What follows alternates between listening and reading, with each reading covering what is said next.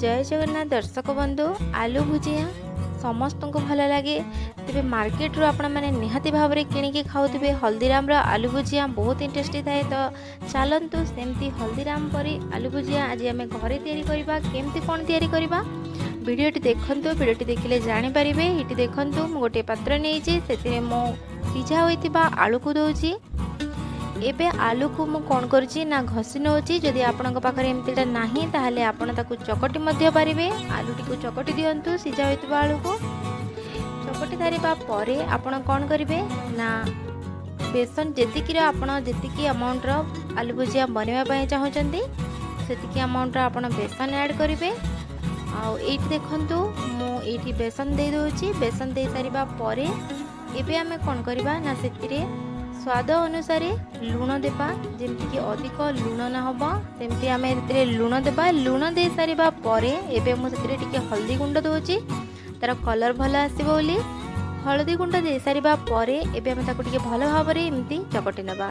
तो दर्शक बंधु पानी प्रथमरु आपण केबे हेले भी देबे नाही। प्रथमे आपण ताकू एमती चकटी नेबे। चकटी सारिबा परे जेतिकी पानी दरकार आपण सेतिकी पानी एथिरे देबे। तो ये देखो मु ताकू चकटी दोची। चकटी दे सारिबा परे एबे मु एथिरे अल्प टिके पानी दोची काहेकि ना आलू जो आमे सिझेइतिले आलू एवं बेसन को चकटिबारे से कोन होइछि ना उदा हे जाइछि तति पय आमे अधिक पानी एथिरे देबानी। तो आमे देखिकि एथिरे पानी देबा। देखंतु एटा केमति हेछि एथिरे मु अल्प टिके पानी दोची 1 ରୁ 2 चामच हबो सेतिकी पानी आपण देबे एवं दे सारिकी ताकू एमति टिके आउ 1 मिनिट बाय एमति टिके चकटी नेबे एवं बेसी पानी देबेनी नहले तो भलरे हेबनी ए जो भुजियाटी। तो एमति पानी देके ताकू टिके आपण एमति छाडी देबे।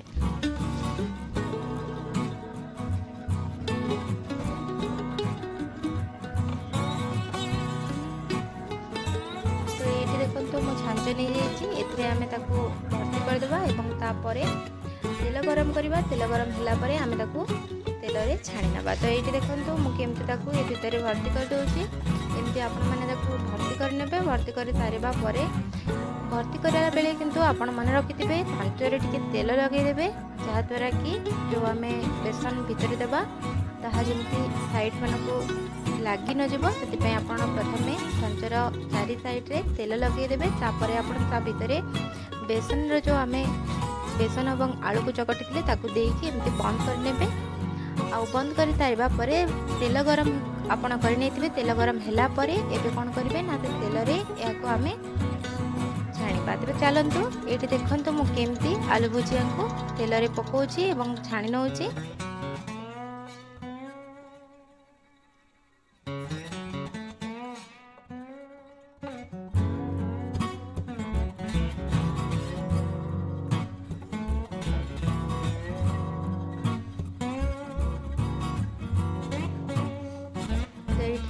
देखि पारुथिबे केमती हेछि। तो एमती ही आपण माने बनांतु देखिबे बहुत ही क्रिस्पी हेबो एवं बहुत भल लागिबो खाइले मध्य। याको आमे एबे अल्प समय 1 ରୁ 2 मिनिट पय आपण एमती छाडी देबे। छाडी देबा परे एमती ताकू टिके एपट सेपट करी लेउटाई नेबे। तापर देखंतु एटी प्रस्तुत हेइ सारिछि। एबे चलंतु ताकू आमे गोटे पात्र को काढी आनिबा। तो एटी देखंतु केते सुंदर हेछि एवं एटा क्रिस्पी मध्य अटे। एमती बनांतु देखिबे निहाती भल लागिबो। और छोट छुआ मानकर यहाँ बहुत ही पसंद थाए। तो आम मार्केट रू किणी आणु घरे बनातु देखिए छुआ मानकर पसंद आसो आउ बहुत ही भल होता है। ये आपने देखिपे केते सुंदर होती। जब वीडियोटी भल लगी थाए वीडियोटी को लाइक चैनल को सब्सक्राइब कर दिंतु। केमती लगिला वीडियोटी कमेंट माध्यम निहाती जणांतु।